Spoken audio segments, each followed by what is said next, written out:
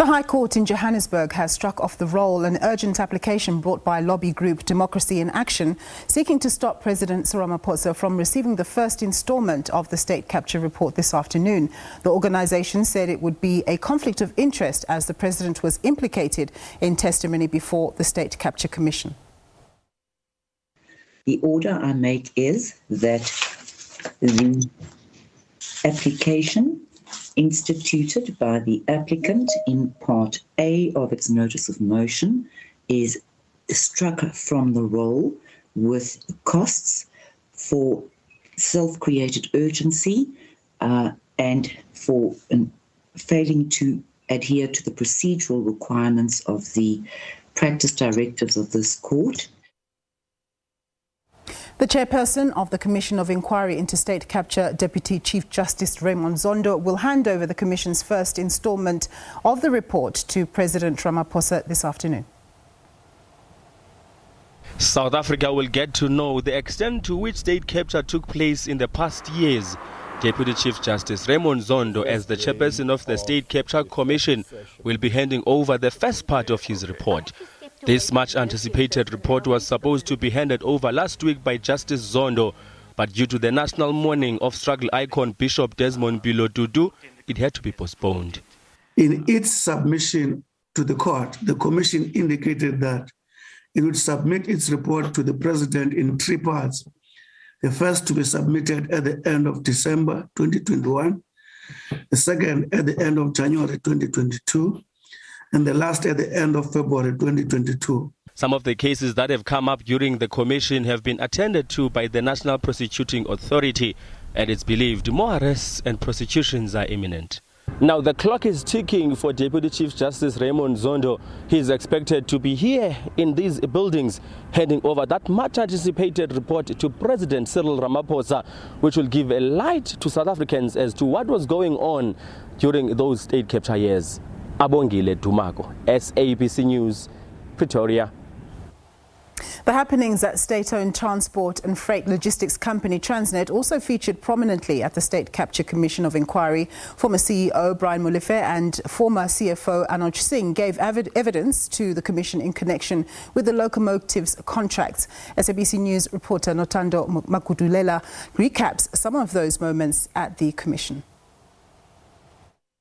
The procurement of 1064 locomotives and questionable contracts came to light during the Transnet-related testimony at the State Capture Commission of Inquiry. The procurement of the locomotives from China South Rail was hit by the cost overruns that increased from 38.6 billion to 54.5 billion rand. The over 600 million rand McKinsey contract also dominated testimonies.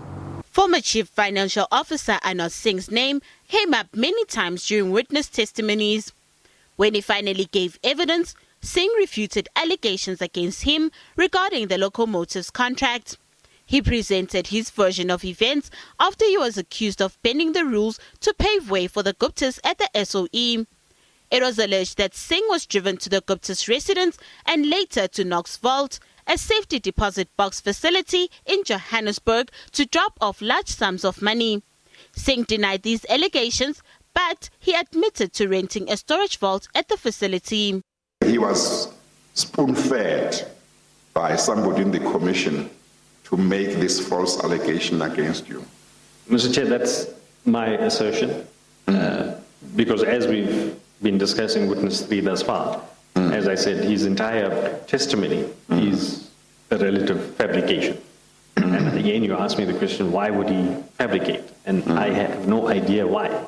And you think there's somebody in the commission who just had something against you?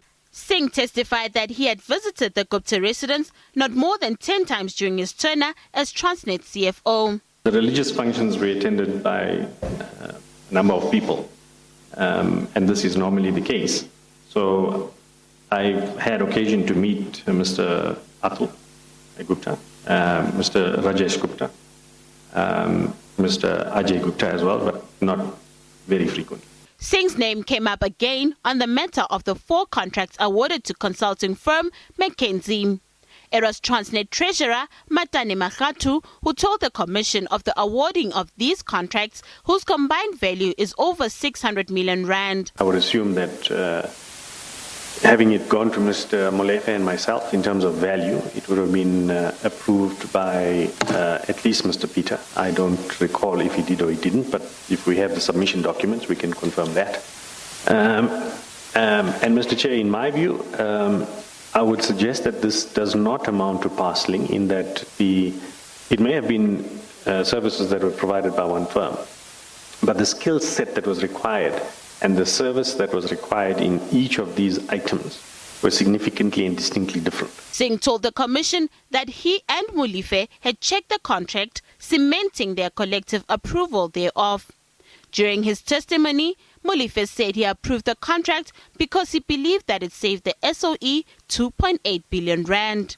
78.4 million was in recognition of the fact that they had saved us 2.8 billion rand. So the 78.4 million rand on its own, naked like this, looks like a lot of money. It looks like unreasonable. And it would surprise people with an untrained eye like M&S. At the same time, Magu-du told the Commission that she was shocked that Singh had approved the payment of over 600 million rand in such a short period of time.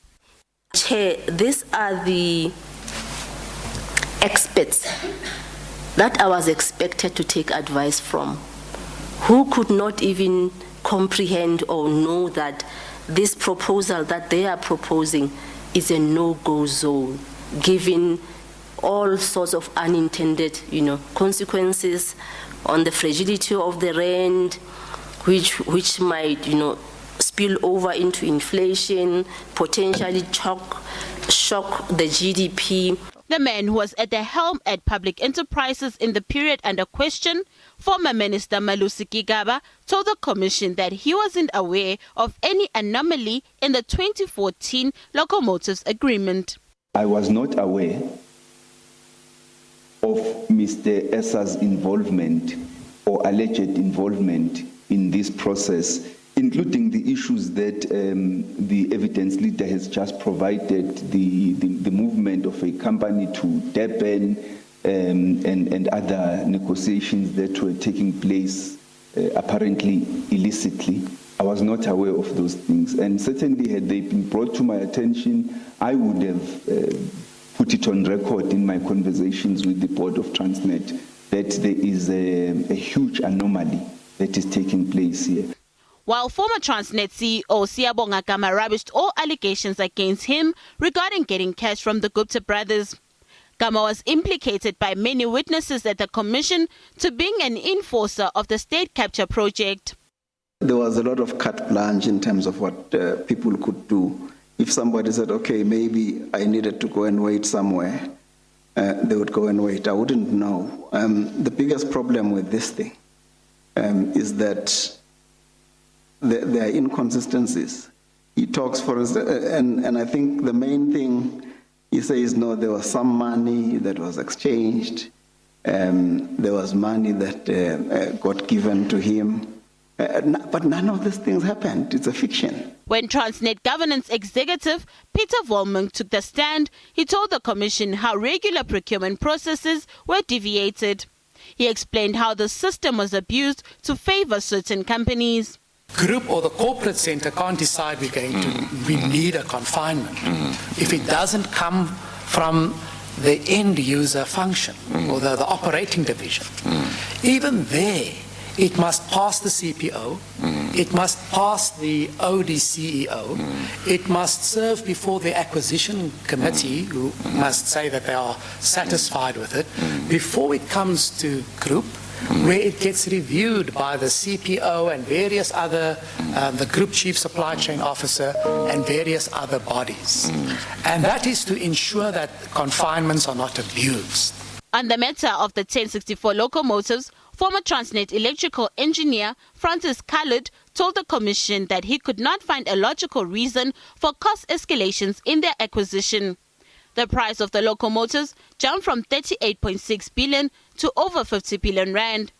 Kala testified that his memorandum for 100 locomotives had been altered, and those who had done so had failed to change the foreign exchange rate from Japanese yen to US dollars.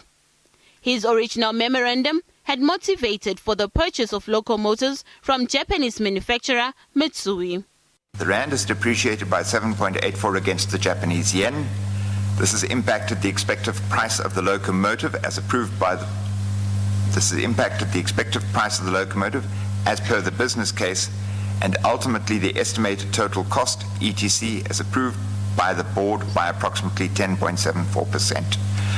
I commented that this was most unusual, as the Japanese yen would be associated with Mitsui, Japanese company, and not CSR, a Chinese company. The Commission also heard how Gupta Link consulting firms unduly benefited from multiple transactions at Transnet for the acquisition of the 1064 locomotives. Nothando Magu-du-lela, SABC News, Johannesburg.